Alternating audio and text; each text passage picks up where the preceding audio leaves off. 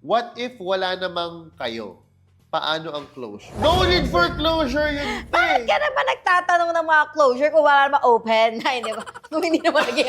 mali. Kung hindi naman naging kayo nga, Hindi nga kayo, tapos closure. di ba? Paano mo tatapusin ang isang bagay na hindi sinimulan? Baka naging MU sila, nagpakiramdaman. Wag ka masya... Siguro confront. That's the only way. Ano ba nangyari Break sa naman. atin? Meron bang tayo? Oo, paano mo i-close yun? Very Parang dramatic, hirap pa. no? Well, at least, have the courage to confront. Baka naman ikaw one-sided lang yan.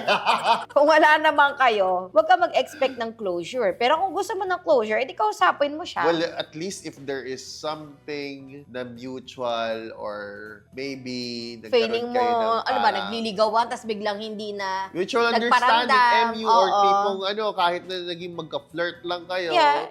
then ask. That's the only way. Yeah.